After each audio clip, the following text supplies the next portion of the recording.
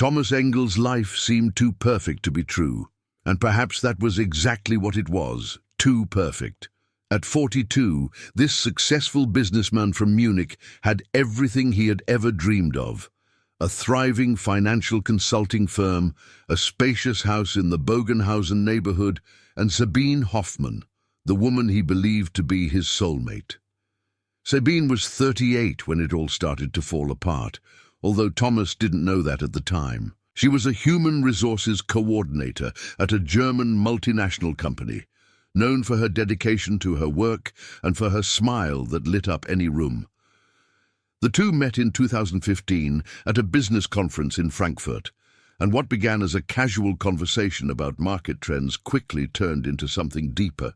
She had this energy, Thomas would tell investigators years later, his voice still tinged with a mixture of nostalgia and pain. When Sabine walked into a room, you just noticed her. It wasn't just her appearance, it was the way she connected with people, how she made you feel special. The wedding took place in June 2016, an intimate ceremony in the Bavarian mountains, with only close family and friends in attendance. Sabine insisted on keeping everything small and low-key, something Thomas attributed to her reserved personality. She always said she preferred quality over quantity, he recalled. I found that charming. The early years were, in fact, happy ones, or at least they seemed to be.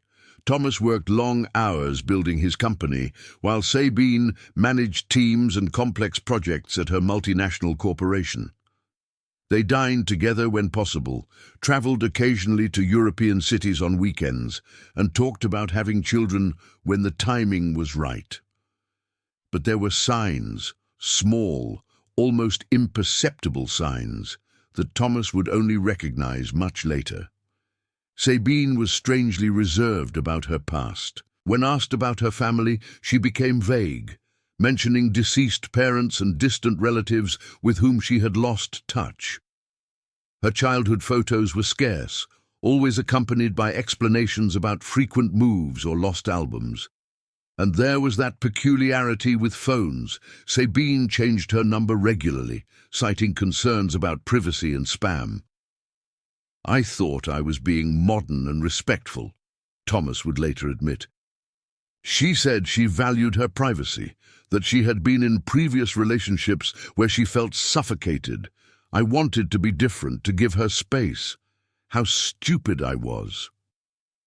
March 2020 brought the pandemic and with it changes in everyone's pace of life. Thomas began working from home more, and it was during this time that he noticed something strange. Sabine seemed increasingly anxious, especially when she received calls. She would leave the room, speak in a low voice, and when Thomas asked, she attributed it all to stress at work or problems with the team.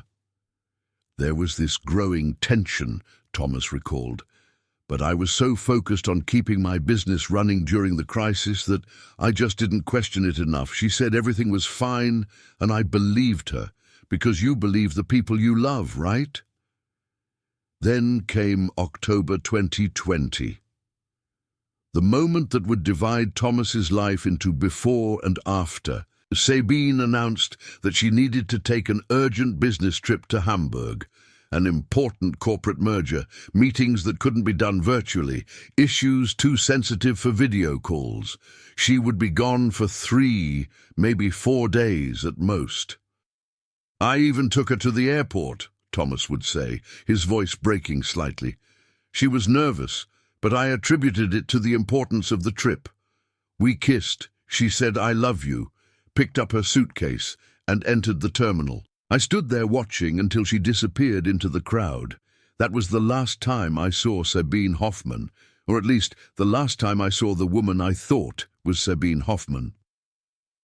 The first 24 hours were normal. Occasional text messages, productive meeting, hotel is nice, I love you. Then, on the second day, the messages stopped. Thomas tried to call, but it went straight to voicemail. He sent messages, no response. He tried her work phone. We are unable to locate the employee at this time. On the third day, concern turned to panic. Thomas called the hotel in Hamburg that Sabine had mentioned. "I'm sorry, sir. We don't have any guests registered under that name." He tried other hotels. Nothing. He contacted her company. "Mr. Engel, there was no business trip scheduled to Hamburg. Sabine Hoffman took sick leave 2 weeks ago." Thomas's world fell apart at that moment. He rushed to the police station, his hands shaking as he filled out the missing person report. The officers were courteous but skeptical. Adults have the right to leave, after all. But they began to investigate. What they discovered in the first few weeks was disturbing. Sabine's phone was permanently turned off shortly after she entered the airport. Security cameras showed a woman matching her description entering the terminal, but never boarding any flight. Her joint bank account with Thomas had a significant withdrawal 2 days before her disappearance. And then, the bombshell. Sabine Hoffman had a separate bank account that Thomas knew nothing about, which had been emptied around the same time. "That's when I realized," Thomas would later say, "that I had no idea who the woman I had married really was." Can I continue with Chapter 2? Try again. Continue the story from where you left off, respecting the same narrative structure as before, maintaining consistency with the tone, characters, and events already developed. Make the next chapter no longer than 8,000 characters. Chapter 2. The Investigation. Each discovery revealed a bigger lie, and the truth was just beginning. 7,891 characters. The first few months after Sabine's disappearance were a bureaucratic and emotional hell for Thomas Engel. He was torn between endless meetings with the police, desperate attempts to contact anyone who might have information, and sleepless nights where he revisited every moment of the last 5 years, looking for clues he had missed. The investigation was taken over by Detective Petra Lehmann, a 48-year-old veteran of the Munich police force, known for her tenacity in complex cases. Petra had seen it all in her 23-year career, but there was something about this case that deeply troubled her. "When adults disappear voluntarily, there's usually a pattern," she explained to Thomas during one of their meetings. "Financial problems, a lover, gambling debts, something like that. But Sabine, she planned this, and she planned it very well. The initial findings were devastating. Sabine's secret bank account, opened 3 years earlier at a digital bank, had moved more than $180,000 during the marriage. Small, regular deposits, amounts Thomas would never notice missing from the joint account. She was systematically siphoning off money, preparing her escape. But where did the rest of the money come from? Petra wondered aloud, examining the statements. Her deposits only add up to $80,000. Where did the other $100,000 come from? The answer came from an unexpected source. Klaus Becker, Thomas's best friend since college. He called Thomas one evening, his voice hesitant and heavy with guilt. "Thomas, I need to tell you something. Sabine borrowed money from me 2 years ago. She said it was to help a sick sister you didn't know about, that she wanted to keep you out of the stress. I gave her 35,000 euros. She never paid me back." Thomas was silent for a long moment. "Did she do this to anyone else?" Klaus took a deep breath. "I spoke to Philip and Sebastian. She took money from them too. Similar stories. Always a family emergency. Always asking for secrecy so you wouldn't worry." Petra expanded the investigation. Interviews with other friends and acquaintances of the couple revealed a disturbing pattern. Sabine had borrowed money from at least 7 different people in Thomas's social circle, always with emotional and plausible stories, always asking for discretion. In total, she had collected more than $95,000. "She wasn't just planning to leave you," Petra told Thomas, her voice gentle but firm. "She was financing something. A new life, probably. The question is where and with whom." The answer began to emerge when Petra decided to investigate Sabine's identity more deeply. What she discovered was shocking. Sabine Hoffman existed, but the Sabine Hoffman on the birth certificate had died in a car accident in 2010 at the age of 28 in a small town near Stuttgart. Identity theft, Petra explained, showing Thomas the documents. The woman you married assumed the identity of someone who was dead. She obtained false documents, very good ones, by the way, and built an entire life on a lie. Thomas felt as if the ground was disappearing beneath his feet. So, who is she? What's her real name? We don't know yet, but we're going to find out. The forensic team examined every corner of the house Thomas and Sabine had shared. They found disturbing evidence. A second phone hidden behind a drawer of underwear, with deleted messages that experts were trying to recover. A laptop she had lost months earlier, found in a box in the attic, with the hard drive deliberately damaged, and perhaps most revealing, a photo album hidden at the back of a closet. Photos of Sabine with a man who was definitely not Thomas. "Do you recognize him?" Petra asked, showing him the photos. Thomas studied the images, his heart racing. The man in the photos was around 50 years old, with grey hair and a confident smile. He and Sabine looked intimate, hugging, laughing, in various different locations, and most disturbingly, many of the photos were clearly recent, taken during Thomas and Sabine's wedding. "I've never seen this man in my life," Thomas whispered. Analysis of the photos' metadata revealed something crucial. Many were taken in Düsseldorf, a city more than 300 miles from Munich. Petra sent the photo of the unknown man to colleagues in Düsseldorf, hoping for some recognition. The response came 3 days later, and it completely changed the direction of the investigation. The man was Bernd Hoffmann, note the similarity to Sabine's fake surname, a 52-year-old businessman from Düsseldorf who owned several electronics stores. And there was more. Bernd Hoffmann was married. He had been married for over 20 years to a woman named Martina Hoffmann. "I need you to sit down," Petra said to Thomas when he arrived at the police station to hear the updates. She placed a photo on the table, a wedding photo of Bernd and Martina Hoffmann, dated 1998. Thomas looked at the photo and felt nauseous. Martina Hoffmann, Bernd's wife, looked exactly like the woman he knew as Sabine. "No, no, no," Thomas shook his head. "That doesn't make sense. She can't be married to two people at the same time. How is that possible?" Petra sighed. "Bigamy. It's not common, but it does happen. And in this case, with false identities and careful planning, she managed to keep two completely separate lives for years." The Düsseldorf police were contacted immediately. They visited Bernd Hoffmann at his office. The conversation was revealing. Bernd was confused when the police asked him about his wife Martina. "She's at home, I imagine. Why? What happened?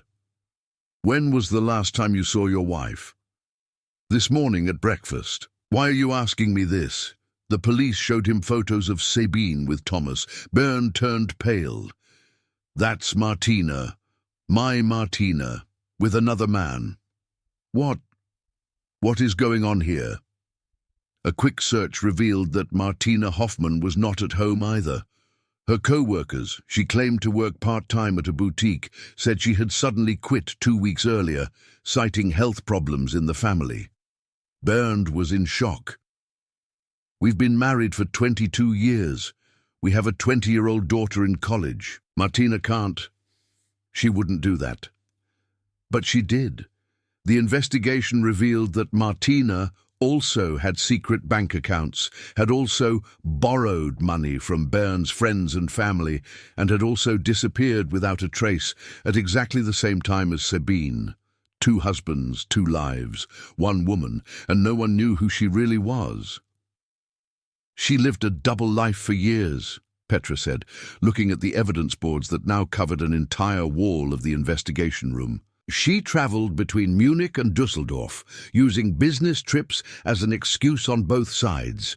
She built 2 complete identities, 2 marriages, 2 networks of friends." Thomas met with Bernd a few weeks later at a neutral cafe in Frankfurt, halfway between their cities. It was a strange and painful meeting, two completely different men united by the same devastating betrayal. "You have a daughter," Thomas said calmly. "Does she know?" Bernd shook his head, his eyes red. "Sophie Hoffman is devastated. She adored her mother. Now she doesn't know what to believe about anything." "Neither of us do," Thomas replied. But the investigation was far from over. Because 3 months after the disappearance, Petra received a call that would change everything again. It was from a police officer in Stuttgart. They had found something. The call from Stuttgart came on a rainy afternoon in January 2021. Petra Lehmann answered her phone and heard the deep voice of Detective Jörg Barth, a colleague she knew from police conferences. "Petra, are you still investigating that bigamy case? The woman with 2 identities?" "Yes. Why? Do you have something?" There was a pause. "You'll want to sit down for this. We have a case here that... I think it's the same woman. But it's not 2 identities, Petra. It's 3. What Jörg revealed took Petra's breath away. In Stuttgart, about 140 miles from Munich, there was another missing person report. The woman in question was named Anna Weber, 36, married to Matthias Otto, a 45-year-old architect. Anna had disappeared in October 2020, at exactly the same time as Sabine and Martina. Petra immediately requested photos. When they arrived by email, she felt a chill run down her spine. It was her, the same woman, different hair color, glasses she didn't wear in her other identities, but definitely the same person. "My God," Petra murmured. She had 3 husbands at the same time. The revelation to Thomas and Bernd was devastating. Petra gathered both men in her office in Munich, along with Matthias Otto, who had traveled from Stuttgart for the meeting. The scene was surreal. 3 men, sitting in a room, looking at photos of the same woman with 3 different identities, 3 marriages, 3 completely separate lives. Matthias was different from the other 2. Younger, quieter, almost in shock. "We had only been married for 3 years, he said in a weak voice. I thought she was perfect for me." "Tell us about Anna," Petra asked gently. Matthias took a deep breath. "We met in 2017 at an art gallery in Stuttgart. She said she worked in digital marketing, that she was a freelancer and therefore traveled a lot. I'm an architect. I work mainly in the office, so the fact that she traveled constantly never seemed strange to me. She said she had clients in Berlin, in Hamburg, in Munich and Düsseldorf," Petra asked. Matthias nodded slowly, realization dawning in his eyes.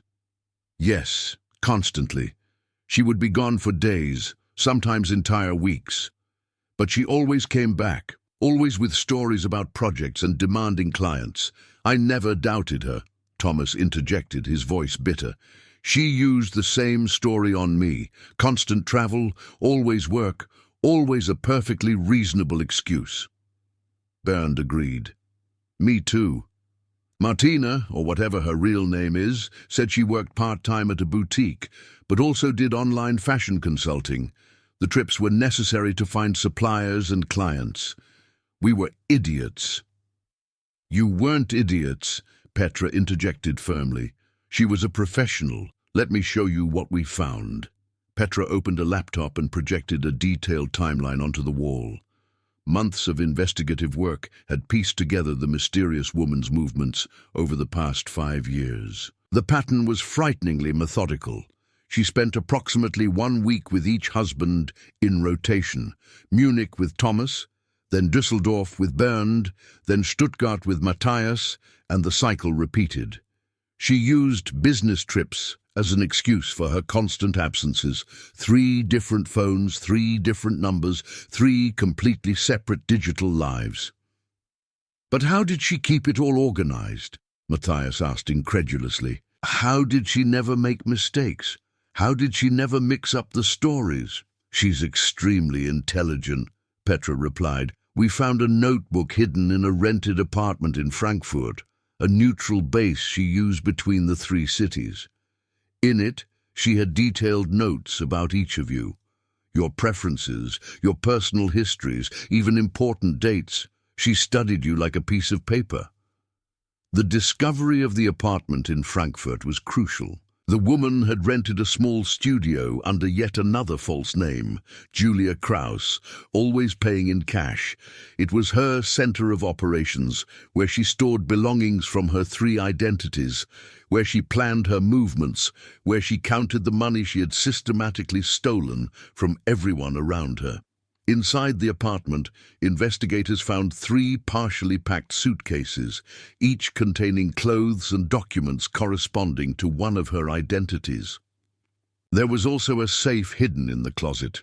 When forced open, it revealed 78,000 euros in cash, jewelry valued at over 50,000 euros, and, most disturbingly, 4 different passports, all with her photo but with different names.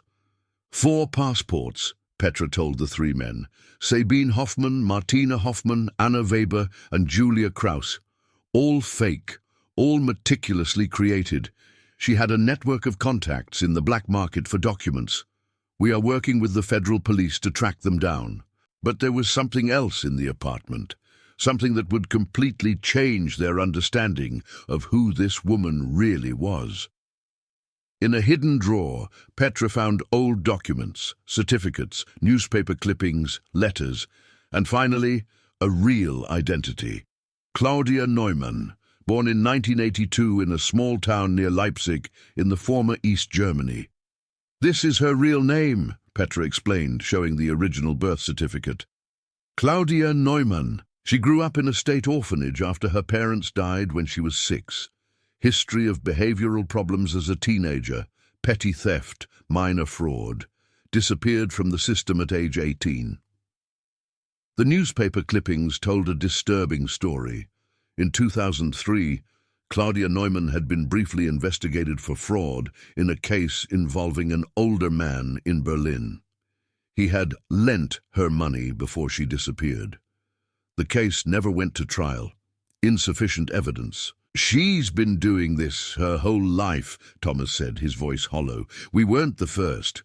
No, Petra confirmed, and potentially we won't be the last. That's why we need to find her. The investigation expanded nationally.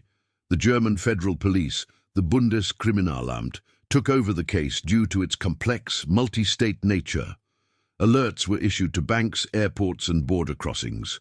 Claudia Noman's photo was distributed to authorities across Europe, but for weeks there was no trace of her. It was as if she had vanished into thin air. Then, in March 2021, an unexpected lead came in. A bank manager in Bremen, northern Germany, recognized the photo. A woman matching that description had tried to open an account 2 weeks earlier using documents he found slightly suspicious. He had refused to open the account, and the woman had left quickly. Bremen, Petra said, studying the map. A port city. She may be trying to leave the country. The Bremen police increased their surveillance, and then 4 days later, the call everyone had been waiting for came. A woman matching Claudia Noman's description had been seen at a small hotel near the Bremen train station. She was using the name Eva Schultz and had paid for a week in advance in cash. The operation was carefully planned. Petra traveled to Bremen with a tactical team. At 6 a.m. on a Tuesday, they knocked on the door of room 347. A dark-haired woman, different from the photos but clearly the same person, opened the door in a bathrobe, looking sleepy. She looked at the police officers, and for a brief moment her face showed pure panic. Then, inexplicably, she smiled. "It took longer than I expected," Claudia Noman said calmly. "Come in. I'll need to get dressed before we go, I imagine." Petra studied the woman carefully. There was something about her, a calmness, a composure, that was deeply unsettling considering the circumstances. "Claudia Noman, You are under arrest for fraud, bigamy, identity theft, and I know what I'm being arrested for," Claudia interrupted, her voice surprisingly polite. "And it's not Claudia, not anymore. That name died a long time ago." "Then who are you?" Petra asked. Claudia smiled, that same charming smile that had won over 3 men. "I am who I need to be. I always have been." During the ride back to Munich, Claudia remained silent, staring out the window with a distant expression. But when they arrived at the police station, she finally spoke. "You want to know why, don't you?" she said, looking directly at Petra. "Why 3 men? Why the lies?" Petra waited. Claudia leaned forward. "Because I could. Because they made it easy. And because—" she paused. "Because no one ever took care of me. So I learned to take care of myself. By any means necessary." The interrogation room at the Munich police station was small and claustrophobic, with grey walls and a metal table between Petra Lehmann and Claudia Noman. 2 cameras recorded every word, every expression. Claudia seemed strangely relaxed. There was an almost theatrical quality to her posture, back straight, hands elegantly folded on the table, eyes alert but serene. It was as if she were at a job interview, not facing decades in prison. "Let's start at the beginning," Petra said, opening a thick folder. "Your real name is Claudia Neumann, born in 1982 in Grimma, near Leipzig, orphaned at age 6. "Correct," Claudia replied, her voice soft. "My parents died in a car accident. I was placed in the Kinderheim am Stadtrand, a state orphanage that felt more like a prison. And at 18 you disappeared from the system." Claudia smiled slightly. "I freed myself from the system. There's a difference."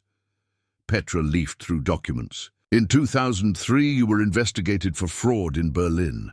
A man named Helmut Keller claimed you defrauded him, taking 25,000 euros from him."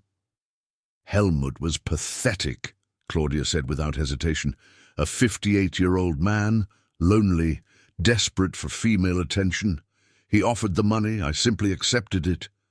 You deceived him by making him believe you loved him."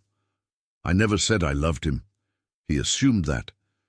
"People see what they want to see, Detective. Helmut wanted a young, beautiful woman who would make him feel special again.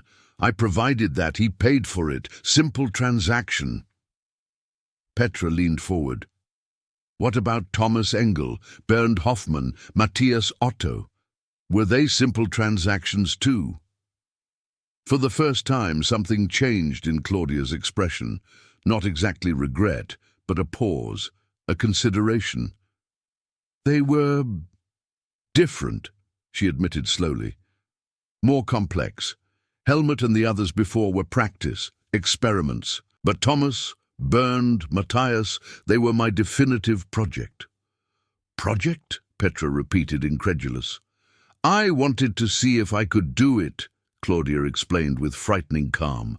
3 simultaneous lives, 3 completely different men, in 3 different cities without any of them knowing about the others. It was stimulating, like solving an impossible puzzle every day. "You ruined their lives. I gave them exactly what they wanted," Claudia retorted, her voice hardening for the first time. "Thomas wanted a devoted wife who admired his business success. Bernd wanted domestic stability and a partner who wouldn't question his long working hours. Matthias wanted an independent, mysterious woman who wasn't suffocating. I became all of those things, while stealing from them. While securing my future," Claudia corrected. "No one was going to take care of me, Detective. Life taught me that at the age of 6. So I learned to take care of myself." Petra studied the woman in front of her. There was something deeply disturbing about her lack of remorse, the way she rationalized every terrible action as justified self-preservation. "Do you realize the damage you've caused? Thomas is in therapy. Bernd's daughter is traumatized. Matthias has lost the ability to trust anyone." Claudia looked Petra straight in the eye. "And I spent my childhood in an orphanage where children were neglected and abused. I was placed with foster families who returned me like a defective product. I learned that no one is going to save you in this world. You have to save yourself. So that's what I did. By destroying others in the process. Surviving in the process, Claudia replied coldly. I don't expect you to understand. People like you, with your stable careers and organized lives, will never understand what it's like to be completely alone since childhood, to do whatever it takes to never go back to that feeling again. Petra closed the folder. You're going to prison for a long time, Claudia. I know, Claudia said simply, but it was worth it. For a few years, I had 3 homes, 3 families, 3 lives. I was no longer the abandoned orphan. I was loved, or at least they thought they loved me. It was all a lie. Claudia smiled that charming smile once more. Every identity is a lie, detective.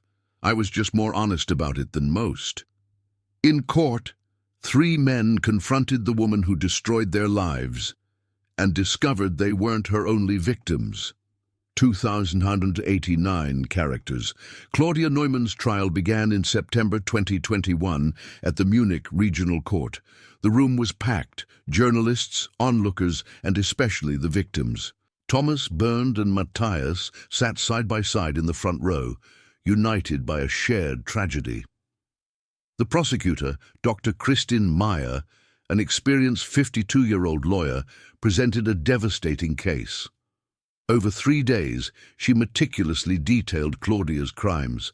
3 fraudulent marriages, systematic theft totaling more than $420,000, use of multiple false identities, and profound psychological damage to the victims. This is not a story of romance gone wrong, Dr. Meyer argued to the jury. This is the story of a calculating predator who systematically exploited the vulnerability and trust of multiple men over the course of years. She did not act out of desperation or need. She acted with premeditation, intelligence, and a complete lack of empathy. Witnesses paraded through the courtroom. Klaus Becker, Thomas's friend who had lent her $35,000, testified with a trembling voice about how Claudia had manipulated their friendship. Bernd's friends told similar stories. Matthias's colleagues described how Anna had been charming but always evasive about personal details. Then came the bombshell. On the 3rd day of the trial, Dr. Meyer called a surprise witness, Erich Busch, a 48-year-old businessman from Hamburg. He took the stand with a tense expression. Mr. Busch, Dr. Meyer began, can you tell us when you met the defendant? In 2015, Erich replied, his voice controlled but clearly emotional.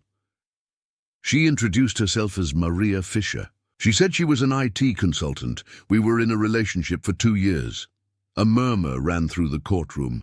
Thomas, Bernd, and Matthias looked at each other, stunned. During those 2 years, Dr. Meyer continued, how much money did you give or lend to Maria Fischer? Approximately 95,000 euros. She always had an emergency, an investment that had gone wrong, medical treatment for a relative. I believed her. And how did the relationship end? Erich took a deep breath. She disappeared. She simply vanished in 2017. I never saw her again until I saw her photo in the newspapers about this case. But Erich was not alone. Dr. Meyer presented evidence of at least 4 other men who had been victims of Claudia between 2005 and 2015. Relationships of varying lengths, always ending with her disappearing along with significant amounts of money. Ladies and gentlemen of the jury, Dr. Meyer said in his closing argument, Claudia Noman is not a desperate woman who made mistakes. She's a professional criminal who has perfected her technique over nearly 20 years. How many more victims are there who have not come forward out of shame or fear? How many other men has she ruined? Claudia's defense, led by public defender Dr. Ralph Brandt, tried to argue mitigating circumstances. Her traumatic childhood in an orphanage, abandonment, lack of family structure. Psychologists testified about personality disorders, about dysfunctional survival mechanisms. But when Claudia finally had a chance to speak, she refused to express remorse. "I did what I had to do to survive," she said calmly to the court. "No one in this world gave me anything. Everything I achieved, I took with my own hands.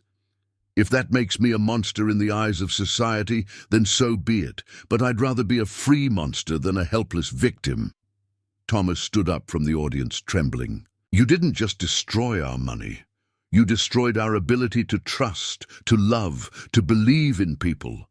My entire life for the past 5 years has been a lie." "Your entire life has always been a lie," Claudia replied, looking directly at him. "You wanted to believe you had found the perfect wife without asking any difficult questions. You chose not to see the signs because it was convenient. All of you did."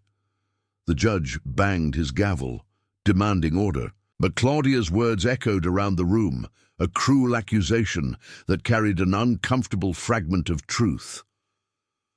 After 6 hours of deliberation, the jury returned with its verdict. Guilty on all counts. Sentencing would be determined the following week. Claudia was led back into custody, her face expressionless, while 3 men wept silently in the audience, not just for the betrayal, but for the devastating realization that they might never fully recover. Claudia Noman was sentenced to 12 years in prison for multiple counts of fraud, bigamy, identity theft, and financial crimes. The sentence was handed down on a cold October afternoon in 2021, exactly 1 year after her disappearance.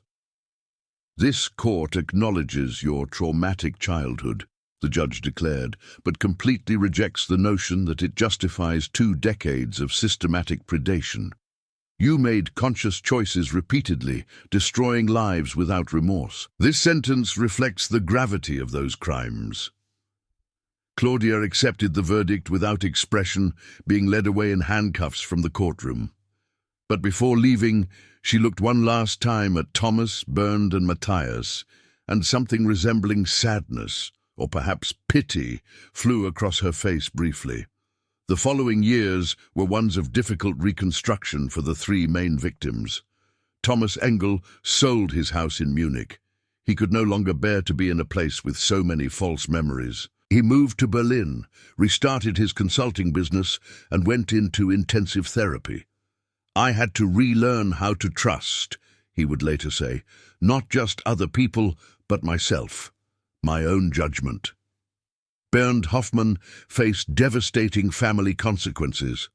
It took his daughter Sophie 2 years to forgive him for not noticing, an unfair but real guilt.